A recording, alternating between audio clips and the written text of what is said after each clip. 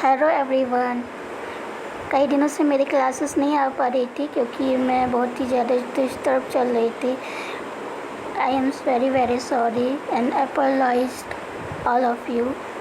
मैं बार बार आती हूँ फिर एक महीने के लिए गायब हो जाती हूँ, पर अब से ऐसा नहीं होगा और आप लोग मेरे क्लास को रेगुलर देखा करिए। अब से मैं आप लोग को छोड़ के नहीं जाऊँगी। और welcome to my page evolution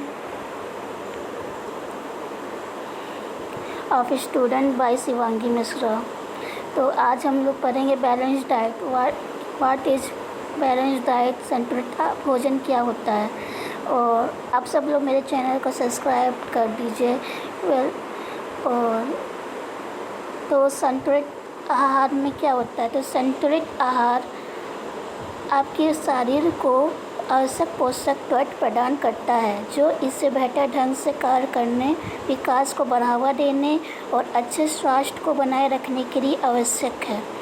इसमें सभी खाद्य समूहों से विभिन्न प्रकार के खाद्य पदार्थों का उचित मात्रा में सेवन करना शामिल है, जिसमें फल, सब्जियां, साबुत अनाज, लीन प्रोटीन और स्वस्थ वसा शामिल है, जबकि प्रसंस्कृत खाद्य पदार्थ, अतिरिक्त शर्करा और अस्वास्थ्यकर वसा भी सम्मिलित करना शामिल है।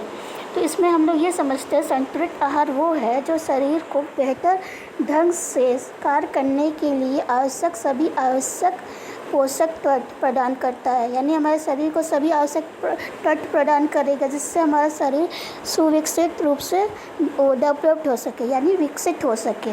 पोषक इसमें स्वास्थ्य को बनाए रखने और पोषक संबंधी कमियों को रोकने के लिए उचित अनुपात में विभिन्न खाद्य समूहों से विभिन्न प्रकार के खाद्य पदार्थ शामिल हैं। तो जैसे कि हमारा शरीर विकसित होगा और शरीर में अगर कोई भी प्रकार की कमी होती है तो वो हमारे भोजन की आपूर्ति से वो कमी दूर हो जाती है। इसलिए समय समय पे फल, सब्जियां, साबुत अनाज, ये सब प्रोटीन, वसा और अतिरिक्त शर्करा और खाद्य पदार्थ की आवश्यकता होती है, जिससे हमारा शरीर हमेशा सुविकसित रहे, कभी बीमारी ना हो और हमारा शरीर अच्छे तरह से विकसित हो सके। उसमें शारीरिक, मानसिक सभी तरह का डेवलपमेंट शामिल होता है। ठीक है, तो हम लोग पढ़ेंगे आगे संतुलित आहार के मुख्य पहलू क्या हैं। तो इसमें आता है विविधता, यानी कि वैरायटी। सभी खाद्य समूहों में से विकसित खाद्य पदार्थों को शामिल करें, ठीक है, ताकि ये सुनिश्चित हो सके कि आपको पोषक तत्वों की पूरी श्रृंखला मिले। यानी कि पोषक तत्व का विविध सेवन सुनिश्चित करने के लिए सभी खाद्य समूहों से खाद्य पदार्थों की एक विस्तृत श्रृंखला शामिल होती है, जिसमें सभी प्रकार के खाद्य समूह शामिल होते हैं जो हमारे शरीर की पूर्ति करते हैं। अनुपात, तो इस अपनी व्यक्तिगत आवश्यकताओं के आधार पर प्रत्येक खाद्य समूह से निश्चित मात्रा में खाद्य पदार्थों का सेवन करना, यानी एक सही अनुपात, एक संतुलित अनुपात से हर चीज़ को आपको अपने शरीर में ग्रहण करना चाहिए, जिससे आपका शरीर सुविकसित रूप से संतुलित मात्रा में विकसित हो सके। पोषक तत्व का घनत्व, पोषक तत्वों से भरपूर खाद्य पदार्थों को प्राथमिकता दें जो विटामिन, खनिज और अन्य आवश्यक पोषक तत्व से भरपूर हों। तो पोषक तत्व में क्या आता है, विटामिन, खनिज तत्व और अनावश्यक पोषक तत्व, जैसे दाल वाल भी हो सकता है, विटामिन हुए, नींबू हुआ, मिर्चा हुआ और खनिज पदार्थ हुआ, अखरोट हुआ, बादाम हुआ, सभी तरह के पोषक तत्व जिससे हमारा शरीर सही तरीके से डेवलप्ड हो। अब आया है जल योजन, यानी जल, यानी कि वाटर भी हमारे शरीर में बहुत ही इम्पॉर्टेंट रोल निभाता है। दिन भर में खूब पानी पिए, यानी कि 7 से 8 लीटर इंसान को हमेशा पर डे पानी पीना चाहिए। शरीर जल में कोई विटामिन नहीं होता, कोई खनिज तत्व नहीं होता, लेकिन इसमें आपको कैलोरी ज़ीरो मिलेगी, पर ये हमारे शरीर के लिए बहुत ही इम्पोर्टेंट और महत्वपूर्ण रोल निभाता है। ठीक है, अस्वास्थ्यकर खाद्य पदार्थों का सेवन सीमित करें, यानी कि गलत खान पान, जैसे फास्ट फूड हुआ, ये सब हुआ, जंक मटेरियल हुआ, ये सब नहीं खाना चाहिए। प्रसंस्कृत खाद्य पदार्थों, अतिरिक्त शर्करा और अस्वास्थ्यकर वसा का सेवन कम करें।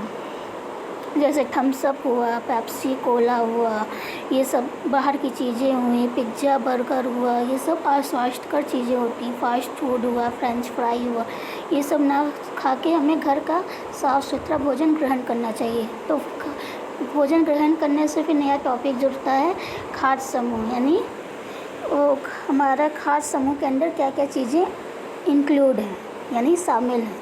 फल और सब्जियां, ठीक है, विटामिन, खनिज, फाइबर और एंटीऑक्सीडेंट प्रदान करता है, ठीक है। फल और सब्जियों से हमें क्या मिलता है? विटामिन, खनिज, फाइबर और एंटीऑक्सीडेंट प्रदान करता है। अनाज, अनाज से क्या हमें मिलता है? ऊर्जा के लिए कार्बोहाइड्रेट, जिसमें साबुत अनाज और प्रसंस्कृत अनाज दोनों शामिल होते हैं, ठीक है। अनाज में ही सबसे ज़्यादा, यानी कि गेहूँ में हमें सबसे ज़्यादा कार्बोहाइड्रेट मिलता है।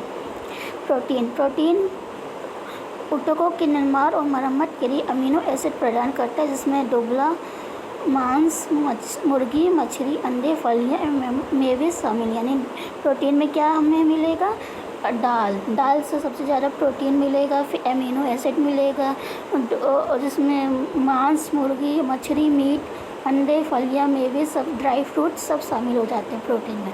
डेयरी, डेयरी यानी कि दूध, दूध, पनीर, दही जैसे विकल्पों के साथ कैल्शियम और अन्य पोषक तत्व भी की आपूर्ति होती है। यानी दूध में ही हमें क्या मिलती है? कैल्शियम मिलता है। और प्रोटीन, पनीर, दही, इन सब से दूध से इंक्लूडेड मटेरियल्स होता है। स्वस्थ वसा, और वसा हमें कैसे मिलता है? वसा में भी हम आप लोगों को बताते हैं, दो तरह के वसा होते हैं। एक होता है गुड फैट यानी HCl, और एक होता है बैड फैट, वो होता है LCl, ठीक है। तो गुड फैट जो होता है वो हमारे शरीर के लिए अच्छा होता है, जिससे हमारा शरीर विकसित होता है, हमारे सारे आंतरिक अंगों को सुरक्षा प्रदान करता है, हमारे हार्मोन्स, मानसिक विकास, हर चीज़ के लिए वो बेहतर होता है, गुड HCl। और बैड होता है वो अच्छा नहीं होता है। तो हम लोग स्वस्थ वसा में करेंगे हार्मोन उत्पादन और कोशिका कार्य के लिए महत्वपूर्ण नट्स, बीज, एवोकाडो और तेलों में पाया जाता है, ठीक है। संतुलित आहार के लाभ क्या हैं? संतुलित आहार में पढ़ेंगे समग्र स्वास्थ्य में सुधार, सभी शारीरिक प्रणालियों के स्वस्थ कामकाज का समर्थन करता है, रोगों की रोकथाम करता है। जैसे मैंने आपको ऊपर बताया कि हमारे शरीर को वसा क्या करता है? हमारे शरीर के आंतरिक अंग यानी हृदय, फेफड़े, गुर्दा, यकृत और सारे शरीर को ऊपर अपना आवरण चढ़ा के हमारे शरीर के अंगों को सुरक्षा प्रदान करता है। कौन करता है? वसा। रोगों की रोकथाम जैसे हृदय रोग, मधुमेह और कुछ कैंसर जैसे दीर्घकालिक बीमारियों के जोखिम को कम करता है, ठीक है। और ऊर्जा और जीवन